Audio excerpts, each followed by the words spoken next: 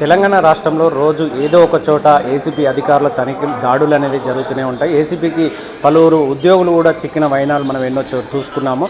ప్రస్తుతానికి జగిత్యాల జిల్లా కేంద్రంలోని కలెక్టరేట్లో ట్రెజరీ ఆఫీస్ కార్యాలయంలో పనిచేస్తున్న ఓ ఉద్యోగి ఏసీపీ అధికారులకు చిక్కాడని చెప్పుకోవచ్చు. 7,000 రూపాయల లంచం తీసుకుంటూ ఏసీపీ అధికారులకు చిక్కాడు.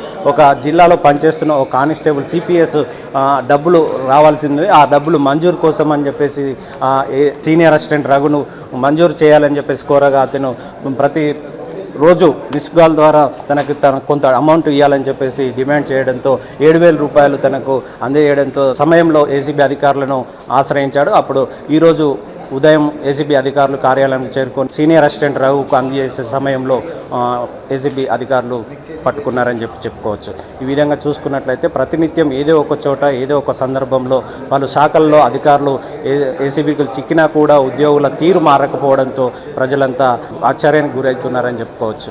జగిత్యాల నుంచి హరికృష్ణ, మైత్రి న్యూస్.